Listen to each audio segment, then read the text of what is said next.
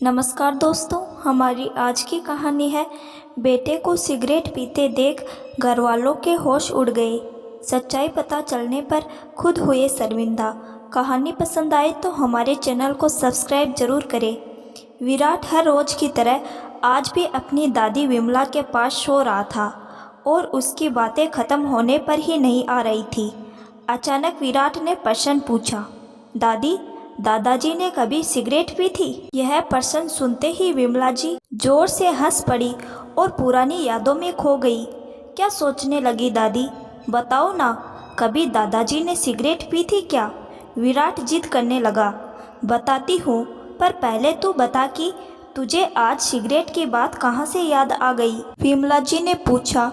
वह आज वर्ल्ड तंबाकू डे था ना, तो टीचर ने बताया था, विराट ने उत्तर दिया। अभी विमला जी कुछ बोलने ही लगी थी, इतने में बहू श्रुति कमरे में आ गई। मम्मी जी, यह लो आपका दूध। और तू क्या अभी तक बात करने में लगा है? चल सो जा, सुबह स्कूल भी जाना है। मम्मा, आप भूल गई, कल तो संडे है और आपकी भी छुट्टी है। आप भी बैठो। देखो, दादी दादाजी के सिगरेट पीने की बात बता रही है। विराट की बात सुनते ही श्रुति भी विमला जी के पास बैठ गई और बात सुनने लगी। बात तब की है, तेरे पापा सिद्धार्थ 10 साल के थे और सिद्धार्थ अपने दादाजी को बाबा कहता था। यह कहते हुए विमला जी पुरानी स्मृतियों में खो गई और इस तरह बताने लगी कि जैसे वह वाकया सामने ही हो रहा है। तेरे दादाजी सिगरेट पीते थे और उनके दादाजी यानी बाबा बीड़ी पीते थे। उसी से जुड़ा एक किस्सा है यह। एक रात सिद्धार्थ चुपचाप किसी काम से देर रात बाबा के कमरे में गया और जैसे ही भागने लगा था कि बाबा जी के पास छड़ी में उसका पैर अटका और जोर से आवाज़ हुई और वह भी गिर गया।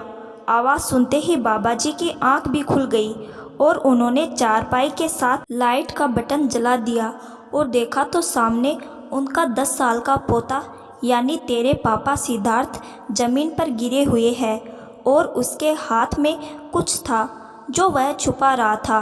बाबा मिजाज के बहुत सख्त थे और उनसे घर में सभी लोग बहुत डरते थे। उन्होंने जल्दी से सिद्धार्थ को उठाया और गुस्से से पूछा, दिखा तेरे हाथ में क्या है और तू क्या छुपा रहा है? इतनी रात को मेरे कमरे में करने क्या आया था? बाबा से तो सभी डरते थे, तो सिद्धार्थ की क्या मजाल जो नहीं दिखाता। और जब उन्होंने सिद्धार्थ की मुट्ठी खोली तो वह देखकर हैरान रह गए। गुस्से से तेरे दादाजी को आवाज़ लगाई, तेरे दादाजी और मुझे आवाज़ लगाई, ब्रिजेश और विमला जल्दी से इधर आओ। हम दोनों 2 सेकंड में ही भागे गए। क्या हुआ बाबा? ब्रिजेश ने पूछा। मैं कहता था ना, अपनी औलाद का ध्यान रखो, पर नहीं, तुम तो आंखें बंद करके विश्वास करते हो अपने बेटे पर। यह देखो, इसके हाथ में क्या है? यह 10 साल की उम्र में बीड़ी पीता है, वह भी चोरी करने आया था। गुस्से से बाबा बोले। ब्रिजेश ने तेरे पापा को कहा, क्यों सिद्धार्थ, तुमको शर्म नहीं आती? चल मैं तुझे सीधा करता हूँ, चल कमरे में। कहते हुए ब्रिजेश सिद्धार्थ को लेकर अपने कमरे में जाने लगे। अरे रुक, इसको मेरे सामने ही सीधा कर। आज से इसका टीवी देखना बंद, दोस्तों के साथ खेलना बंद, और यह आज से मेरी निगरानी में रहेगा। तुम्हारे बस का नहीं लड़के को सीधा करना, गुस्से से बाबा बोले। सिद्धार्थ तो बेचारा चुपचाप डरा सहमा खड़ा रहा।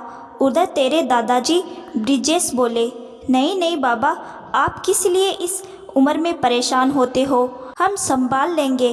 अंदर से तो ब्रिजेश बहुत डरे हुए थे, परंतु बाबा तो आज टस से मस ना हुए।